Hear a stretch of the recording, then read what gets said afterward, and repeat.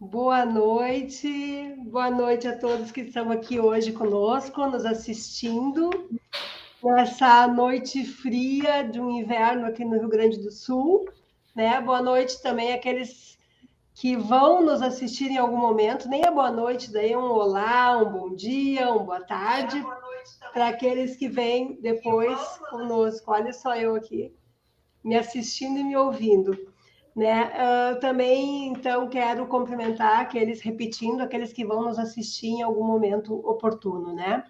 Para aqueles que ainda não me conhecem, eu sou Deise Engelbrandt, eu sou advogada, eu tenho atuado nos últimos anos nas áreas de família e sucessões, com ênfase no planejamento patrimonial dos bens da família, mais indicado para sucessão, né? Eu quero aqui agora cumprimentar, então, a minha parceira, a doutora Daniela Neutzlin, e também ao nosso convidado especialíssimo, o doutor Gil Carlos Bessa. Ele é advogado, ele é contador especializado, né? Juntando as duas profissões tão belas, né, que se complementam, ele se especializou também no planejamento sucessório. Então, eu tenho certeza que o Dr. Gil Carlos hoje vai abrilhantar a nossa bancada aqui, a nossa bancada virtual, né? Porque eu estou aqui em Novo Hamburgo, a Daniela está lá em Gravataí e o Dr. Gil Carlos está em Fortaleza, né? Então, a gente une as nossas forças, mesmo na distância. E hoje a gente vai falar sobre as questões contábeis que envolvem o planejamento.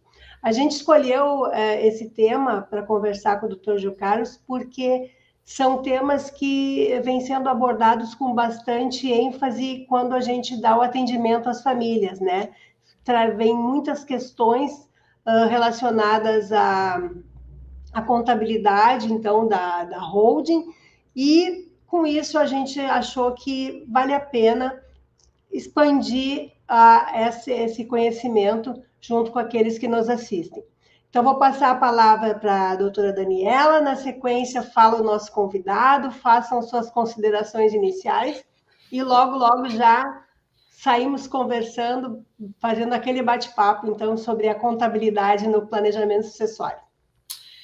Boa noite a todos, boa noite, Deise, boa noite especial para o Gil, que é o nosso querido convidado, nosso colega, contador, advogado e parceiro de estudo, né, Gil? Que tanto contribui aí nesse estudo, nessa caminhada. Eu estou aqui no Rio Grande do Sul, na cidade de Gravataí, onde eu moro e tenho meu escritório, onde a Deise e eu ficamos lá e cá, mas numa noite muito fria, Gil, e como eu queria estar em Fortaleza nessa hora, porque tá difícil a pegada aqui no frio, mas é uma noite que a gente está aqui de novo, né, Deise, sempre conversando a respeito do planejamento patrimonial, Gil, como um todo. Hoje, em especial, a gente vai falar um pouco mais de holding, né, que também é a tua especialidade, a nossa especialidade. E eu atuo, além da família, sucessões, também no direito do trabalho. A gente está sempre atuando e buscando alternativas na sucessão, não só no pagamento de imposto, mas na tranquilidade, né, que a família tem em poder fazer esse planejamento. Gil, bem-vindo, a palavra é tua. Olha, boa noite, doutora Deise, doutora Daniele. É um prazer, uma satisfação poder ser recebido nesse ambiente tão bacana, né? Nesse ambiente em que os seus ouvintes ou as pessoas que assistem as lives de vocês realmente têm uma oportunidade de saber da qualidade, né? De contar com profissionais do gabarito, da estima de vocês duas, que realmente gostam do que fazem, criam alicerces e isso soluções no planejamento sucessório, para que realmente as famílias possam ir até gerações, passar todo o legado para as gerações e não se preocupar nesse absurdo que as pessoas às vezes deixam do inventário. Então, para mim, é uma honra muito grande e fiquei muito feliz, posso dizer, a todos vocês que vão nos assistir ou que estão nos assistindo. Quando a doutora Deise e a doutora Daniela disse, Gil Carlos, vamos fazer uma live? Pessoal, eu tremi todo feito ver, sabe? Sei lá, eu digo assim, vara verde, como diz, eu não sei se eu estou, fiquei todo, rapaz, o que eu vou dizer lá? Como é que eu vou dizer? Tá diante de duas feras, profissionais de uma competência que tanto admiro, né? E que tem feito muito por muitas famílias aí no Brasil. Então, para vocês, uma boa noite e fico muito feliz de estar aqui com vocês duas, tá bom? Muito obrigado. Obrigada pelas palavras. Obrigada, Gil. Sempre amigo. Modesto, né, Deise? Muito modesto. Modestíssimo, modestíssimo. A fera que a gente tem aqui. Ele faz de conta, mas depois os nossos ouvintes aqui, aqueles que estão nos assistindo e que ainda nos assistirão, vão saber com quem nós estamos realmente falando, né? Boa noite, doutor Elcio, boa noite, Helenir, boa noite, a Wander, né, que sempre nos acompanham. Então, vamos começar, vamos dar sentido ao que nos trouxe aqui hoje à noite, né? Gil, eu queria te fazer uma pergunta, eu acho que depois a gente vai seguir na conversa, mas para começar, tu acha que é realmente necessário ter um advogado? Porque a gente vê que tantas pessoas, e tu que é um contador também, né? Então, precisa ter um advogado para começar a fazer o planejamento, para dar o norte para as famílias. Tu acha que é importante que o planejamento patrimonial dos bens da família se faça através de um advogado? Como é que tu vê isso? Doutora Deise, doutora Daniela, é muito simples a pergunta que eu faço para vocês que estão nos vendo e ouvindo, e a vocês dois. Mas será que você entregaria o seu legado patrimonial para qualquer pessoa? Para qualquer profissional que se ache habilitado e que não tenha... Nós sabemos que a complexidade da legislação brasileira, nós sabemos a complexidade das relações familiares, né? Então, você não pode. Eu acho que se você tiver um olhar maior, se você tiver um carinho com aquilo que você produziu, com aquilo que você plantou, com aquilo que você comprou, com o suor, olha, o suor está aqui, né? Que você tem, você com certeza você vai ver que um profissional da área jurídica, um advogado, é essencial, doutora. E esse trabalho que você e a doutora Daniele e a doutora Deise fazem é sensacional. Eu só não acho, porque achar é ter dúvida, né? Não, eu acredito, né, piamente, e eu vejo isso pelo lado contrário, né?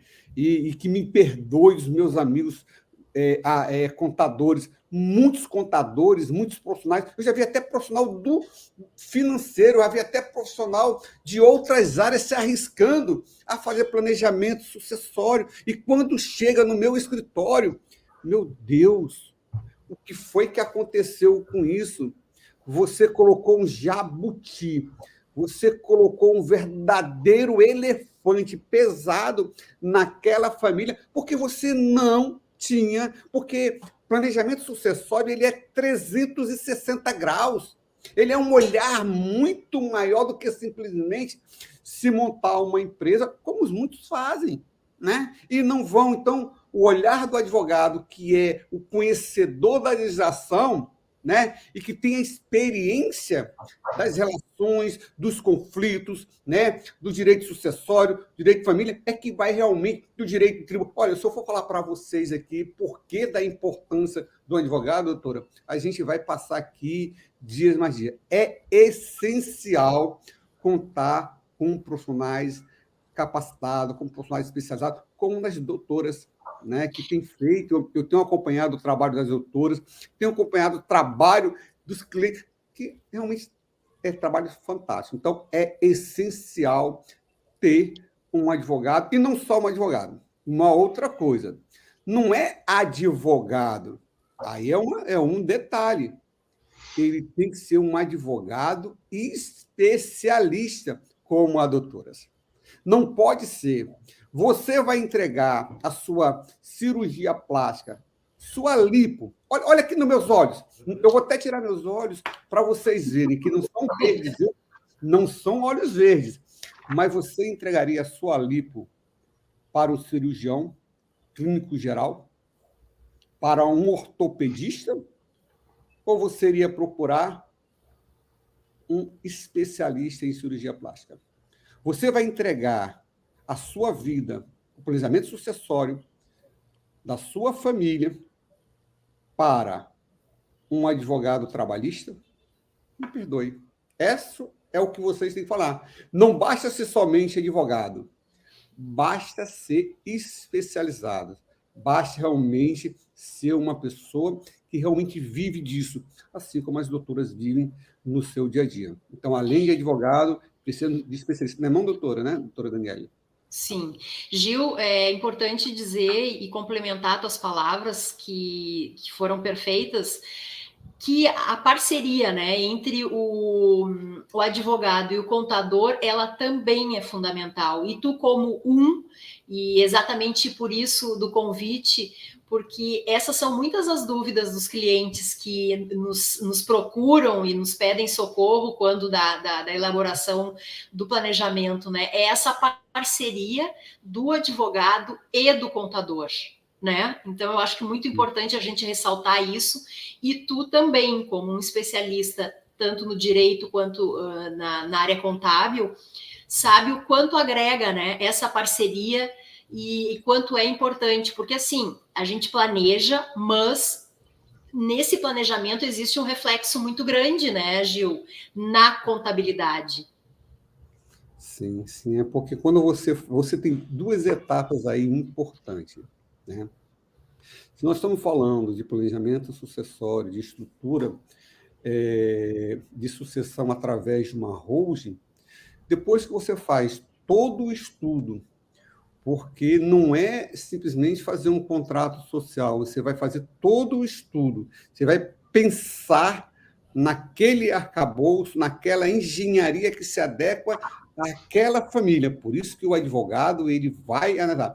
Mas quando ele transforma isso em uma empresa, ele necessariamente quem vai dar continuidade é o contador. É o casamento perfeito entre um médico e uma enfermeira. Você tem um médico que clínica, que opera, que está lá, mas quem é que cuida depois do paciente? É a enfermeira.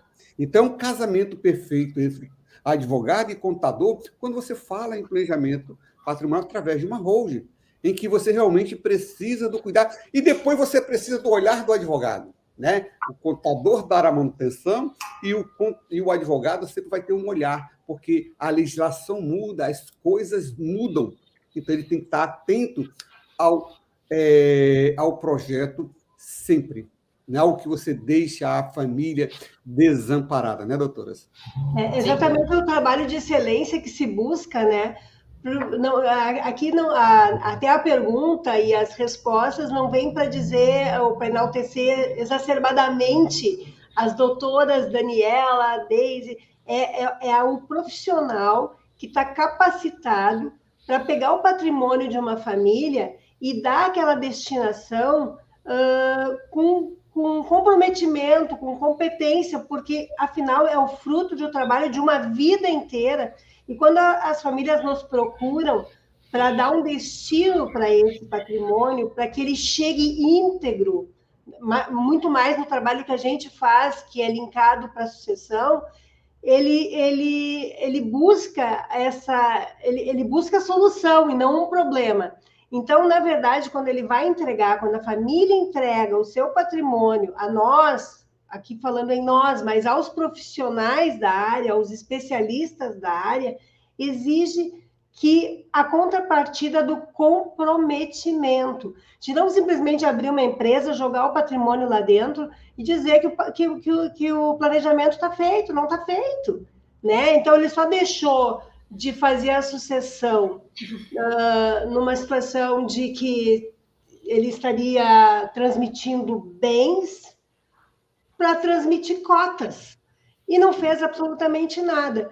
Então, essa junção de conhecimento de advogado, de contador, né, que faz toda a condução patrimonial para que ela chegue, para que cumpra a sua finalidade, que é a importância do que a gente quer passar hoje, né? Que tenham, que as famílias cuidem para quem vão entregar o seu planejamento, como vai ser feito. E isso exige, sim, comprometimento e muito conhecimento do que vai se fazer, né, Gil? Gil, e falando em conhecimento, vamos comentar, sim, de uma questão que nos é muito colocada e muito questionada sobre quanto se gasta, né? Quanto se investe no contador para fazer uma holding. Vamos falar um pouquinho disso, porque é um tema que é muito comentado, muito questionado por nós quando a gente vai lá, apresenta todo o projeto. Fala um pouquinho para nós o que tu enfrenta, né? O que tu presencia todo dia. Quando você tem uma empresa, e aí, regra geral, a maioria dos contadores querem trabalhar por um salário, mas é porque a maioria dos contadores não entende como é que funciona um sistema de holding, né? Em que você vai ter muito menos movimentação do que uma empresa normal. Não é necessariamente uma empresa sem movimento, ela vai ter os movimentos, mas um movimento relativo, às vezes é uma contabilização pequena, um ajuste. Então, você tem que trabalhar de acordo com aquele projeto, de acordo com aquele sistema que você está implantando. Então, Carlos, então vamos lá. Como seria um custo de uma holding? Se nós pensarmos que os custos de contabilidade por CNPJ, então, se você tem uma estrutura simples, que é uma estrutura tradicional, que é aquela estrutura em que você tem uma empresa no qual você faz a sucessão, doutoras, você tem um custo, você pode até colocar em R$ 99, você vê um bocado de contabilidade online fazendo, então você pode ter um custo diferenciado. Então, não é o custo do contador que vai fazer a grande diferença. Agora, claro, se você quer um contador mais especializado, um contador que entenda um pouquinho, isso talvez você tenha um custo de R$ 150 por mês. Então, você vai ter um custo num sistema maior, mais complexo, porque cada família é um sistema diferente, então você não pode taxar um custo necessariamente de contabilidade, porque o custo da contabilidade é de acordo com a estruturação. Porque você vai ter holding que vai tratar só o patrimônio da família, e Gilcardo, o que é o patrimônio da família? São bens, são apartamentos, são imóveis que são bens da família. E você vai ter aquele planejamento que você vai trabalhar das cotas, porque aquele também você vai ter empresários, pessoas que têm lá os seus investimentos em empresas, ou tem empresas que realmente estão, isso vai ser um outro tratamento. Então, de acordo, regra geral, se você está falando de patrimônio, né, que são patrimônio familiar, que é aquilo que a gente geralmente trabalha, né, você está falando de um custo de 99, de 150, de R$300, né, por mês, ou em média de R$400, R$450 por ano, se você falando de 3 empresas. Então, o custo é relativo. Então, o custo do contador, se você procurar, você pode encontrar aí contabilidade. O que o contador, e aí eu estou falando para você, caro colega, amigo contador, né? Quando vocês tiverem a oportunidade de ter parcerias ou entender, não encarem a Hold como uma empresa normal, no qual porque você vai imaginar, não, daqui eu vou cobrar um salário mínimo. Você não vai, não tem sentido você cobrar um salário mínimo por mês numa empresa que praticamente não tem movimento. Eu não estou dizendo que é uma empresa sem movimento. Agora, claro, quando é que você cobra mais, doutora? Quando que a gente vai falar mais tarde, quando há um movimento financeiro maior, uma venda. Naquele mês específico que houve uma venda, o contador teve um trabalho maior de excelência. Aí, neste mês específico, ele pode cobrar um salário, um valor maior, mas depois volta essa normalidade de 150 a 300 reais por mês. Então, não é um custo que não cabe no bolso daquele que quer proteger, daquele que quer fazer a sucessão em vida, ou se ele prefere, doutor, acho que às vezes será que as pessoas preferem pagar 40% lá no seu inventário? Acho que não, né? Eu acho que não. Então, o custo do contador é muito... Com certeza. Ainda as contas, a gente apresenta, né, Gil, essas contas e ainda estimando esses valores ainda compensa, né? Sim, sim, sim. O custo é muito pequeno para o benefício que nós temos em relação a toda organização. Qual o pai e a mãe que não quer deixar as coisas organizadas, que quer evitar os conflitos familiares? Você vê muitas famílias brigando, você vê litígios grandes, né? Então, você Um ano evita... de processo, muitas vezes, né? Entendeu? Então, o custo é muito pequeno, doutor, em relação ao grande benefício que tem. O custo contador é esse que eu estou falando para vocês, tá bom? Sim. Gil, vamos falar um pouquinho também que sempre são questões que nos são trazidas naquelas reuniões que a gente faz com as famílias sobre o tipo societário, se a holding ela fica no simples, como é que isso acontece quando se constitui a empresa, então, onde se integraliza o patrimônio das famílias. Fala um pouquinho para a gente sobre isso. Regra geral, as estruturas societárias que são utilizadas para o planejamento sucessório é uma empresa limitada. Gil Carlos, o que é uma empresa limitada? É uma sociedade limitada. É uma sociedade que hoje tem duas pessoas ou uma única pessoa, que a gente chama de unipessoal, né? A sociedade de responsabilidade limitada unipessoal, que aí você tem uma pessoa, quer dizer, o patriarca, né? Abrindo o nome dele e integralizando todos os bens da família. Regra geral é limitada, sociedade limitada. No caso muito especial, você tem um formato que é um SA. E quem é que vai decidir isso? Quem decide é esse profissional. Quem decide isso é o advogado, também com o contador, que vai entender naquele formato, naquela estrutura familiar, qual é o formato jurídico que atende à necessidade da família. Então, essa é a forma de constituição. Mas quando eu constituo, eu tenho que escolher um regime tributário. Cara, o que é o regime tributário? Vocês imaginem uma pessoa física. Na pessoa física, quando eu vou fazer a minha declaração de imposto de renda da pessoa física, eu escolho dois regimes. Não, peraí. Que dois regimes é que eu escolho? Eu escolho fazer pela completa ou fazer pela simplificada.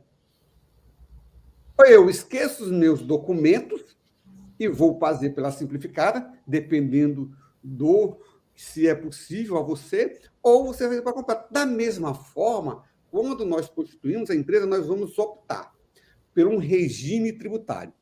E no Brasil, o regime tributário são 3: lucro real, presumido e simples nacional.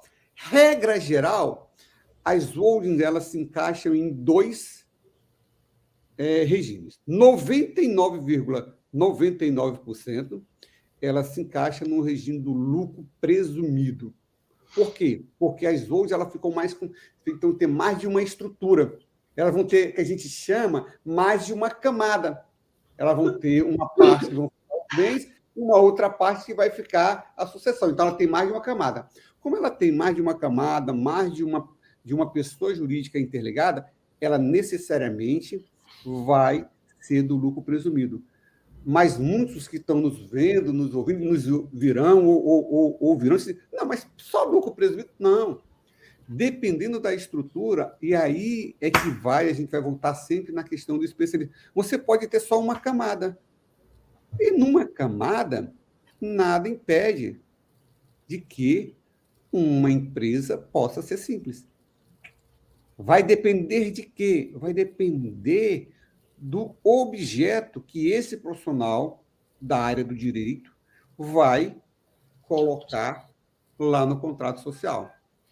Então, regra geral, as empresas vão ser lucro presumido, mas, em alguns casos, sim, pode ser simples nacional. E aí não vai, como uma empresa não vai ter muito movimento, né, não vai ter movimento provavelmente, esse regime ele vai pouco importar neste momento. Por quê? Porque qualquer regime sobre zero é zero. Espera aí, Gil Carlos, é isso. Que pessoal, eu sou cearense arretado da gota serena, sabe? Vocês estão vendo aí meu sotaque, né? Sotaque de cearense é um sotaque, e a gente é assim mesmo, né? Como independente do regime, claro, e a camada ela tem que optar pelo regime presumido, na maioria das vezes, doutoras, algo sobre zero, qualquer percentual sobre zero é zero, pelo menos na minha conta aqui, eu não sei se... Aí no Sul é assim também, doutora? Algo sobre zero. Escreva aí no site da... Tu sabe que gaúcho tem fama de brigão, né? Aqui a gente judicializa tudo. Às vezes a gente acha um 0, 0, 0 e dá um... Vocês até brigam pelo centavo do zero, é? Às vezes a gente... Chat, viu, doutora? Pergunta se o pessoal vê aí no chat de vocês se zero aí no Sul também é zero, ou no Brasil também é zero aqui no Ceará. Então, qualquer regime que eu tenha, nesse primeiro momento, ele não vai importar muito, não. Por quê? Porque a atividade dessa empresa ela não vai ter movimento praticamente, ela vai ter poucos movimentos financeiros. E se tiver movimento? Aí sim, sobre esse movimento, sobre essa receita, que aí é o detalhe, é você encontrar o regime tributário correto para tributar o menor possível. Por isso que as doutoras, a doutora Daniela e a doutora Deise, lá no início da fala de uma das duas, que eu não me lembro, tá? Assim, às vezes a gente esquece as coisas, viu, doutora? Né? Mas pode ser que eu lembre até o final quem foi, mas e para dar crédito às duas, né? Para dizer que foram as duas, né? Falou que você também faz o planejamento sucessório, mas também você vê a questão tributária. Você vê o pagamento de menos tributo, você vê a redução na carga tributária, aí é nesse momento que você faz a redução. E aí, a redução onde a gente vai ver lá na frente, quando você for vender um imóvel, então, se for do lucro presumido, dependendo da situação, você paga um valor menor. Então, as doutoras já deixam um alicerce, um caminho para que você também, na hora de ter que fazer alguma operação, pagar menos tributo. Tá bom? Até essa seria o próximo questionamento, Gil, que eu iria te comentar para a gente discutir em relação a se é possível, né, vender o patrimônio já integralizado lá na holding para integralizar a realização dessas cotas de capital social, como que ela é tributada essa venda, né, essa venda do patrimônio depois de ingressado lá na empresa. Isso é um complemento do que tu está falando, né? Isso. Olha, é a mesma coisa que na pessoa física, vocês que estão nos olhando aqui, né? Nos vendo aqui, tá? É a mesma situação. Quando você coloca, você tinha um patrimônio numa PF, numa pessoa física, e você, através do planejamento sucessório, você resolveu, né, abrir uma holding. O que é a holding? É transferir no primeiro momento, porque o maior e mais significado pensamento é o do planejamento sucessório, e não é só esse fato, né? Esse é só um ponto, né? É o primeiro passo. É o primeiro passo, né? Você tirou aquilo que você tinha na sua declaração pessoa física, você colocou na sua PJ, na empresa lá, no formato da empresa que foi criada para realmente ser o guarda-chuva, ser a base, vamos dizer, a base do edifício, né? Da sua arquitetura, né? Do planejamento sucessório, é a base. E quando você coloca, da mesma forma que você pode vender na pessoa física, você também pode vender na pessoa jurídica sem nenhum problema. Então, doutora, respondendo a sua primeira parte da sua pergunta, podemos sim. A empresa vai vender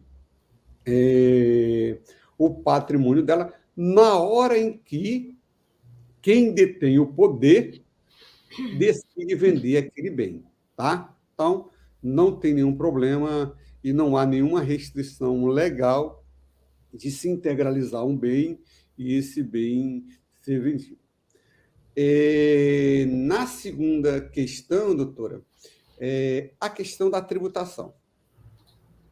Por isso, a união muito acertada de você ter um bate-bola. Né? Na hora, tem hora que o contador levanta a bola e o advogado mata no peito e pá, chuta no gol. Isso é algo maravilhoso. Tem hora em que o advogado recua, vai naquela lateral, lá naquele cantinho, vocês imaginam aqui, naquele, ó, lá no cantinho, já para sair lá, aí ele vai, cruza, o contador vai lá e mete a cabeça e faz aquele gol, e a galera vai à loucura. Então, você começa a entender a importância do regime tributário. Porque nós falamos naquele momento de que você pode ver qual é o melhor regime tributário, né? Na maioria das vezes é lucro presumido, aí você vai pagar realmente o tributo sobre a venda. E que tributo? Vai depender desse alinhamento, de onde é que você vai ter o ativo.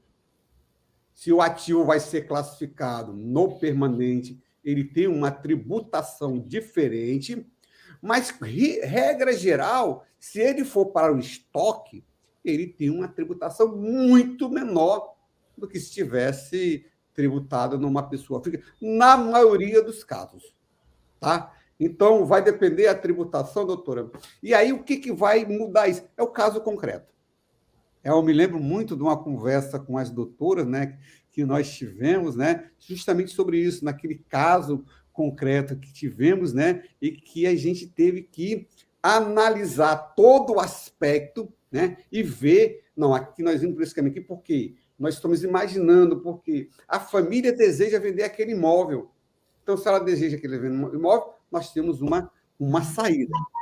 Se a família deseja o imóvel de imediato, é outra saída. Se ela deseja vender o imóvel depois de 3 anos, tem uma saída, né?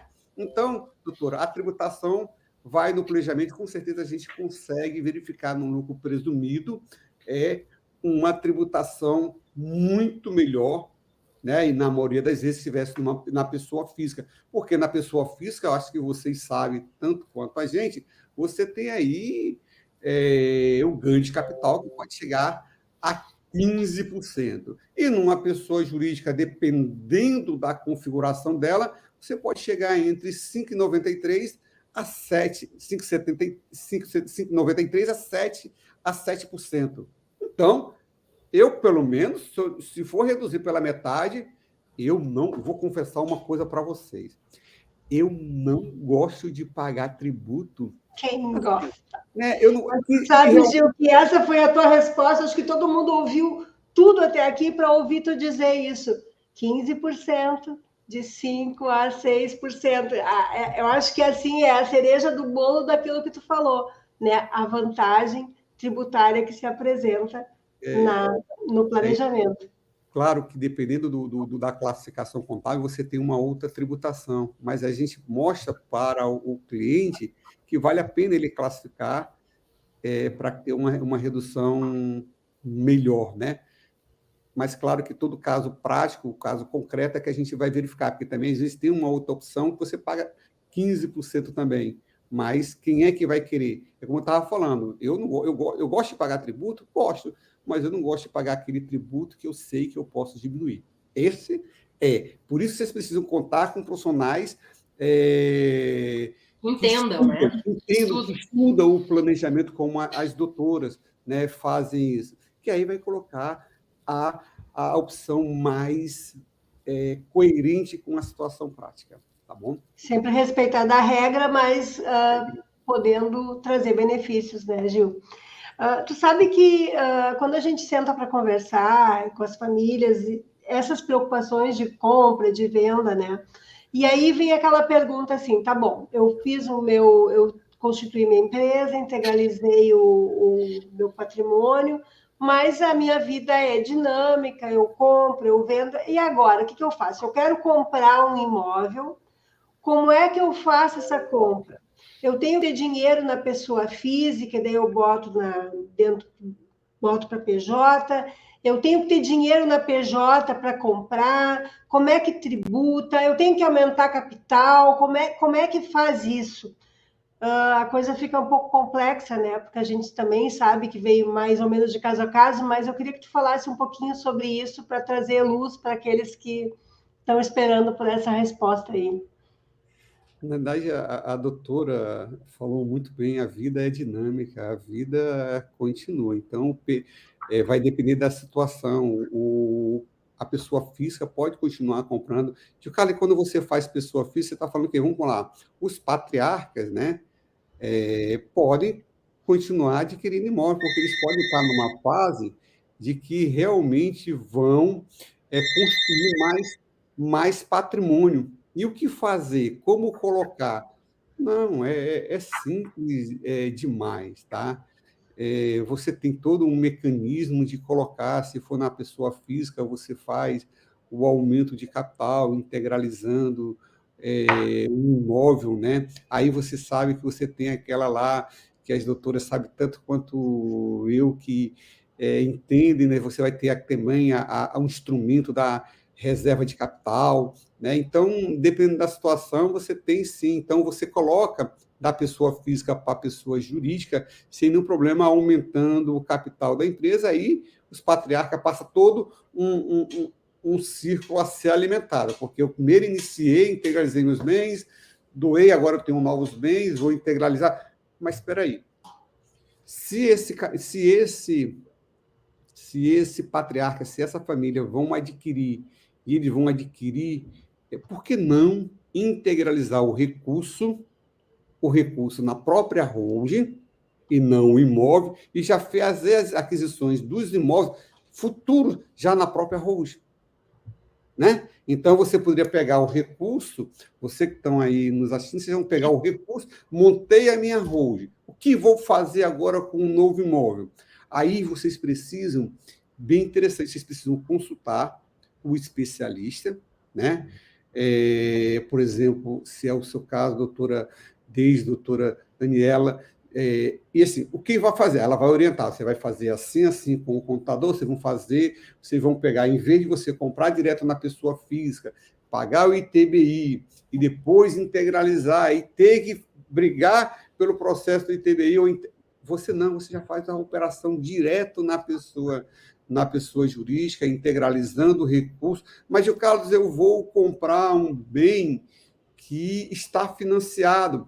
Geralmente, bem financiado não se integra no planejamento, né? O que você pode integralizar? São as parcelas. Aí a doutora vai encontrar uma forma de você ir integralizando essas parcelas e, no final, você vai ter um bem efetivamente, mas isso tem que ser feito uma conjuntura. Então, não há qualquer dificuldade. Na realidade, o que há é uma facilidade muito grande de você colocar esses novos bens, seja por integralização do próprio bem adquirido na pessoa física, seja por aporte de dinheiro, né? Colocando na empresa e esta empresa, ou seja, do aporte de dinheiro doado para os meus filhos colocam na empresa e essa empresa adquire. Então, o formato ele vai servir dependendo do caso concreto, então não há qualquer dificuldade, você pode integralizar esses bens a hora que quiser, os novos bens, não vai ficar. Eu quero dizer para vocês que não é uma fotografia.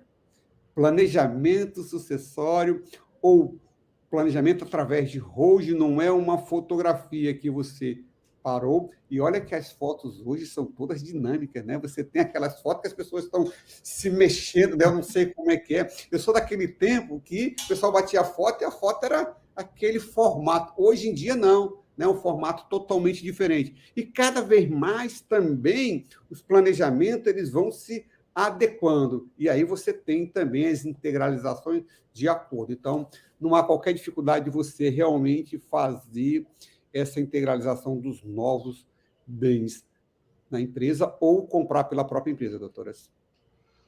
Que boa essa tua resposta. Eu acho que traz muita tranquilidade, né, Daniela, que a gente percebe que as famílias que nos procuram, os patriarcas, eles têm essa dúvida, né, do que fazer, de como seguir a vida depois do planejamento.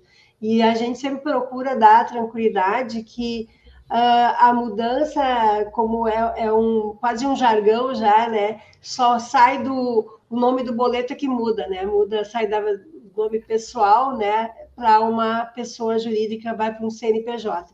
Então, e a vida continua, tudo segue normal até o nosso último dia, com a certeza de que os nossos sucessores não vão ter que passar pelo inventário e vão receber aquele patrimônio íntegro lá no final dos dias, né? E é aquilo que se espera.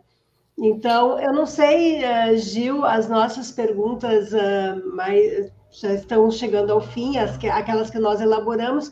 Se a gente pode abrir para alguém que tem alguma dúvida, o que tu acha? Uma, duas perguntinhas? Será um prazer responder, se a gente souber realmente, né, será um prazer responder, né, a quem está, até agora nos deu o brilhantismo de estar conosco, né? A gente Com tem por certeza. hábito, assim, não são muitas as perguntas, porque lá se vão já 45 minutos, daqui a pouquinho a gente já tem que encerrar, mas se alguém tiver alguma pergunta ainda, o doutor Gil, então, se dispõe a responder. Acho que está mais ou menos tranquilo. Acho que as questões que são aquelas mais contumazes, elas foram respondidas, né, Daniela?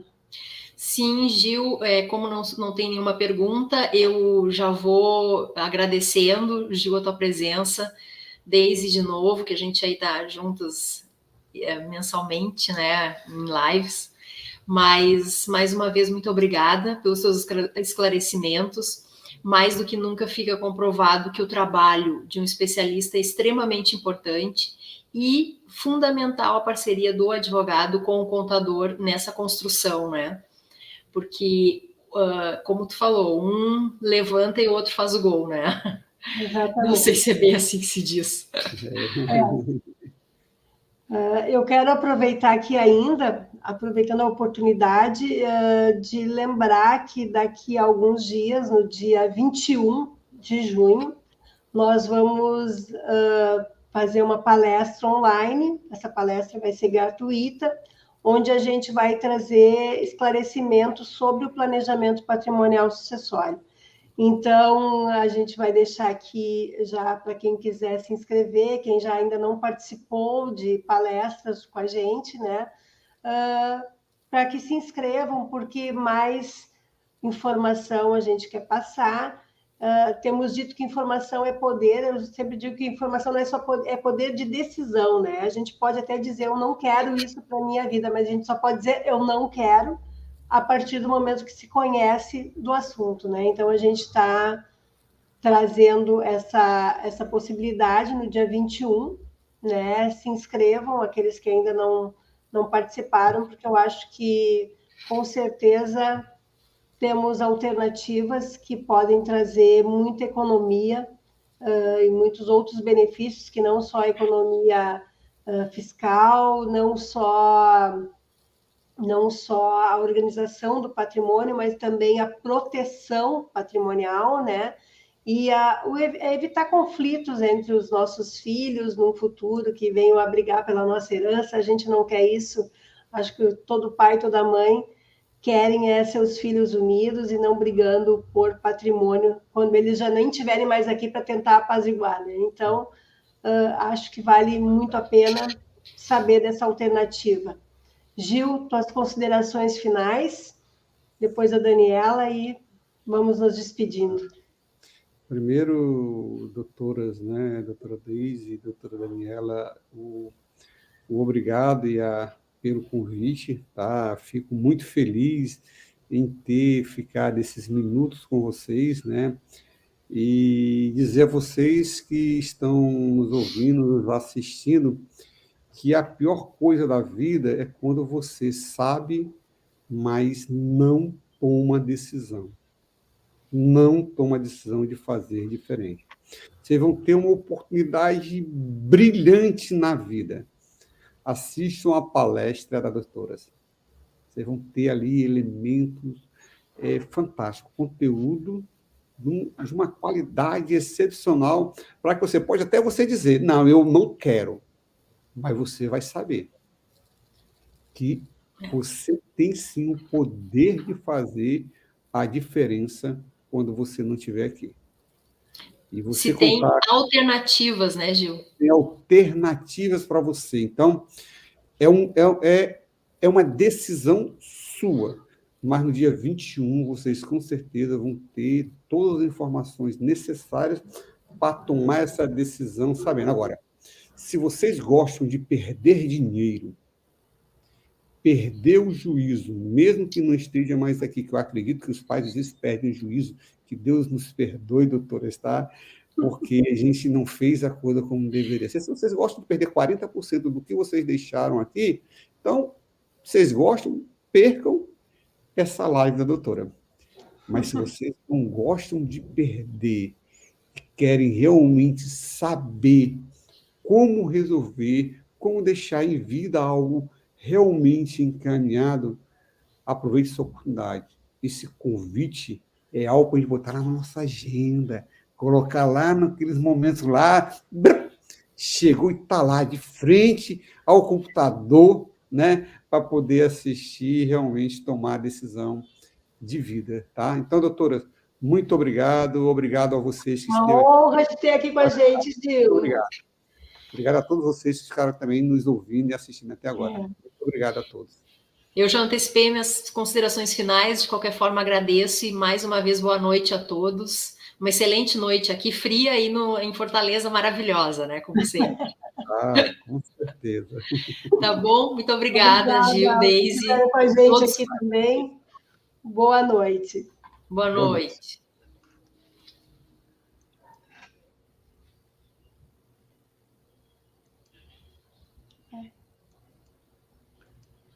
Está encerrando aqui.